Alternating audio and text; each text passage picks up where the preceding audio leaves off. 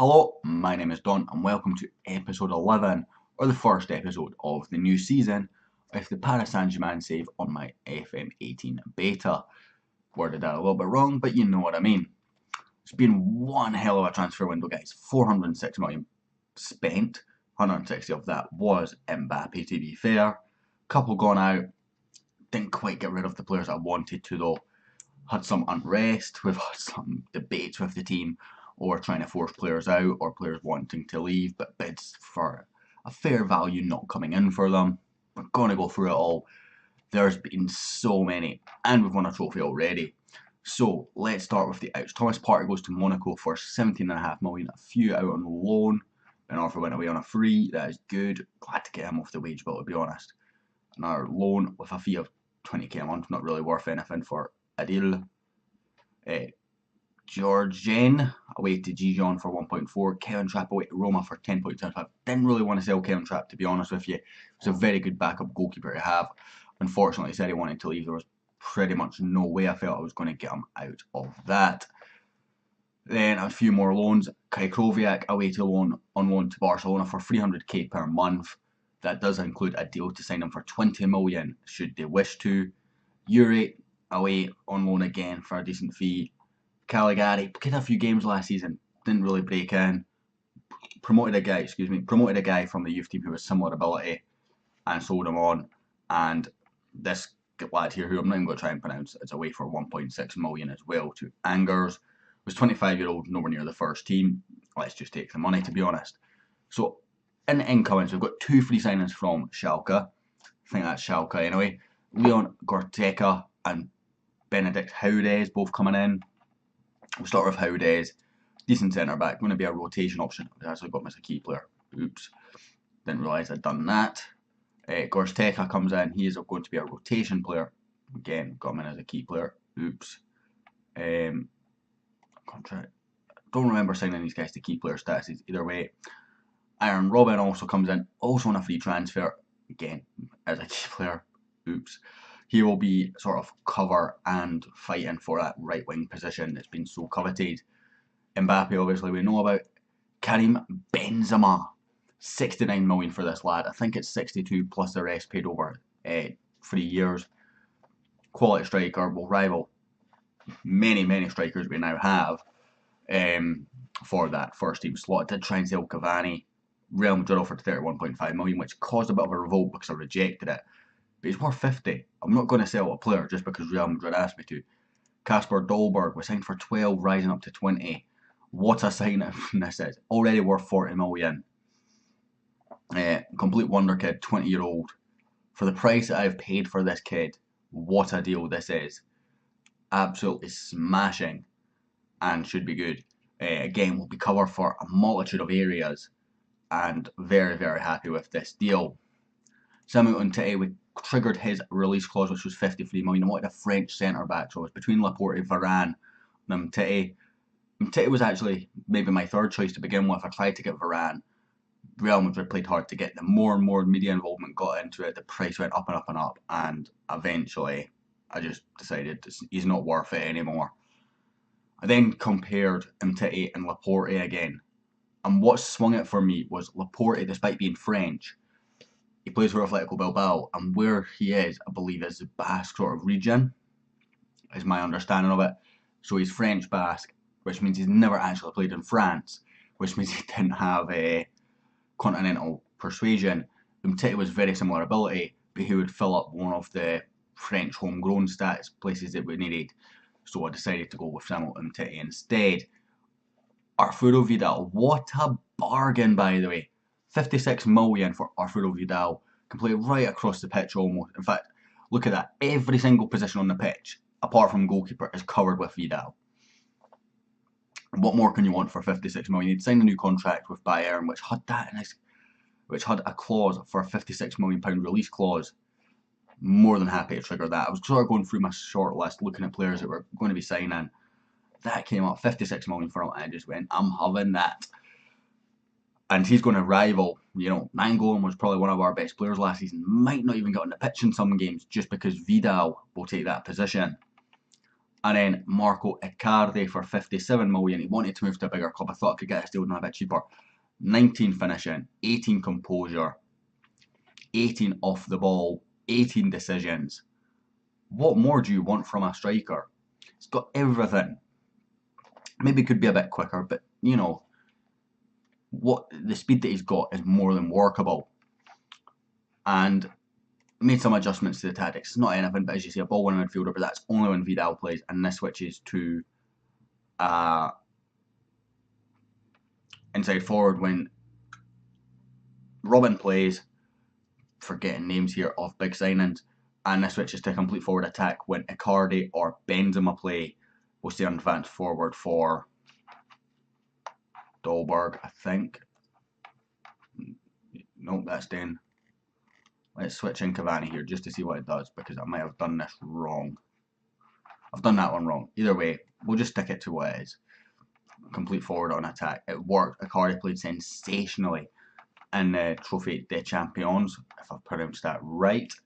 So let's have a look at our schedule. So yeah, Trophies des Champions, sorry.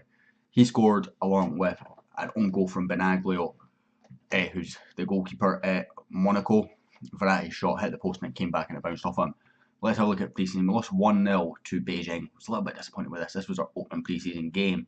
But then since then, as you see, 2-0 win, 3-1 win, 3-0, 3-1, 4-1 against Man United. So 7-2 overall against two big English clubs. 13-0 against this team that I think was just a random team that I picked. And 5-1 against Inter Milan.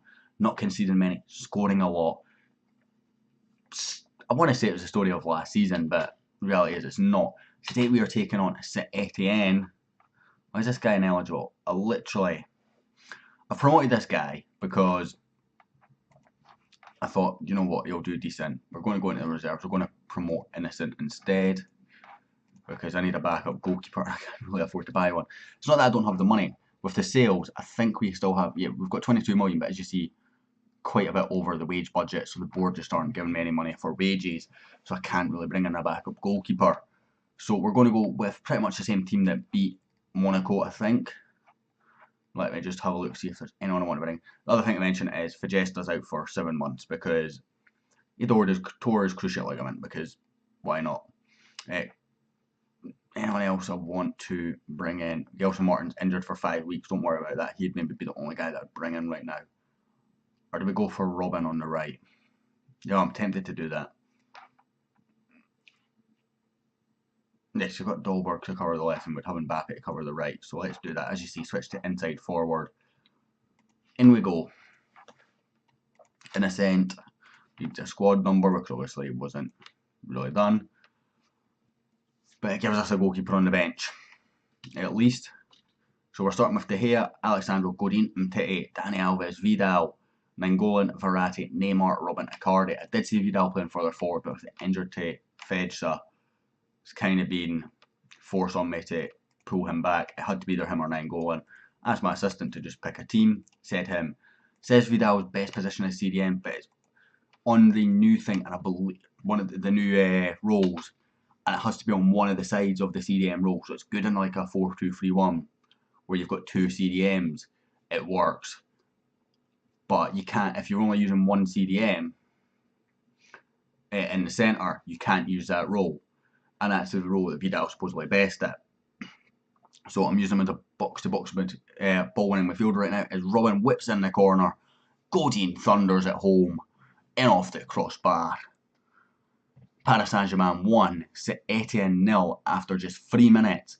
But look at that team, by the way, guys. I know I've spent a lot of money, and I should have a good team for the amount of money that I've spent. But some of the names that are in there are just ridiculous. I'm very happy to have some of them. Do need to bring in some French talent or French trained talent. Was concerned trying to get the board to sign Paul Pogba, but they're not willing to discuss it with me. But the whole logic of that was they had to be trained in France. I'm not actually even sure if Paul Pogba is classed as that on this game. Icardi brings it down the wing here. Decent ball. It's found Verratti. I was about to say it's a decent ball in, but it's not going to get it to anyone. But it does find Verratti. And Icardi, for 47 million, might actually even edge out the £69 million Benzema, as well as Cavani. Benzema's been injured since he came in. Not really sure what happened. Regardless, hopefully he'll come back to fitness and fight for this position, but right now. I'm really liking Icardi, to be honest with you. It's over the top again. Icardi flips onto it. That's free. 3-0. Launching ball from De Gea. Bounces over the defence. Icardi picks up. In the back of the net. Paris Saint Germain 3. Saint-Etienne 0. And I don't even feel like we're out of second gear yet. Verratti. Neymar. Maybe could have used a pass there, but nonetheless, decent run from Neymar there. Was options for the pass, didn't take them.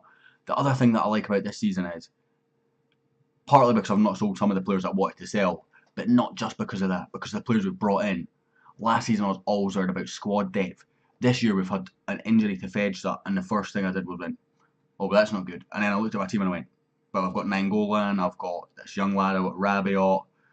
There was a list of about 6 or 7 guys that could all go into that position last season when Mota got injured in the exact same position for a similar length of time. He ended up retiring, of course. It was more of a, I've got Thomas Partey, I don't have anyone else. Turns out Rabiot's played well there in the times that I've gave him last season. But I feel like the squad depth is there. Icardi's got it again. That's his third for PSG, second league goal for PSG. By the way, guys, I would look at signing him because his stats are just incredible for the price you're going to pay, particularly if he gets unhappy. And to be honest, I just signed Benzema when I seen it, when I was going through it again. I was just going through my shortlist, seeing, obviously I've got lots and lots of top end players in my team, in my shortlist even, and I seen the price that he was wanting. I seen he was unhappy. Eden Hazard was the other, but I thought it was pretty hard to justify signing Hazard when he's right wing. And I thought, well, I'm going to sell Cavani anyway. I've actually forgot to sign Dolberg, to be honest, at this point as well. And I thought, I'll just stick in a cheeky bid, see what we can get. And the price that I've paid, the wages that I've paid, absolute steal. Icardi. It's a decent tackle, but it's a penalty. I've not set my penalty takers yet. That's a straight red as well. 2-foot challenge. That wasn't a penalty. I thought that was a penalty. Who cares? We're going to bring Gersteke on for an angle. What's your actual favourite role? Deep line playmaker. Okay, let's undo that then. Want to just see what he's like. I've not had a shot of him yet, so we're going to bring him on in the Verratti role. Play him as a deep line playmaker with some Azalea.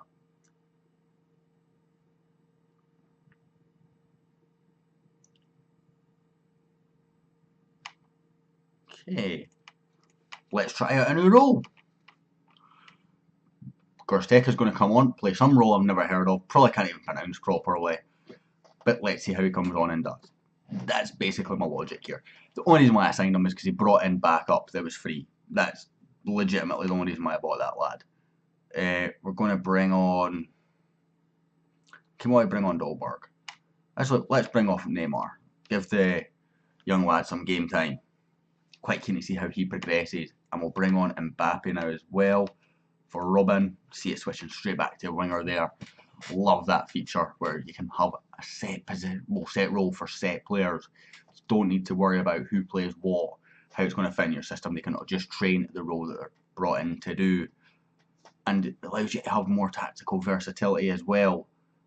It means that I'm not signing a guy because he can play the wing role or play as a winger, because I'll forget to switch to an inside forward, for example. Oh, that's another red, surely. That's an absolute shocker of a challenge on Mbappe there by Begun. I put an N in there, don't know why. Either way, Saint-Etienne are down to 10, 9 even, after 2 red cards here. And we've not scored since the first half, which is rather interesting. I did think it was a penalty the way the sort of response went to that. I thought it said it gave a penalty. Must have been a free kick. I did think it was outside the box, to be fair. Either way, 4-0 win today, boys. Absolutely sensational. Might have been against 9 men, but we're already 4-0 up at that point. Got to just say it's a good win. Going to move on. Marco Icardi, I believe that'll be his second man of the match in 2 games. have to say, been very, very excited by the prospect of signing him. We'll just send that assistant to there. Good luck at signing N'Golo from me. Like, really good luck. Like, what's he worth? 57 million. He's still on my first team, despite the fact Vida was there. Anyone else interested? Nope. Plus, you're our biggest rivals. Probably going to overcharge you quite a bit. I'll just quickly show you the squad dynamics page. As you see, some of the team leaders are unhappy, some of the team leaders are approaching the end of their career. We may have to cut back on leaders within the squad to help cut the number of team leaders, may help prevent disputes between them. Tried to sell Thiago Silva, tried to sell Cavani. Neither of them went. So, calm on that. Highly influential player seems to be where the main issue probably is. But a lot of those guys are the guys that are in and around the first team, to be honest. Anyway, guys, I'll leave you with this screen. You can pause if you want to go through it all and see who's where. Thank you very much for watching. I hope you enjoyed. If you did, a like and subscribe is always appreciated. And I'll hopefully catch you all next time.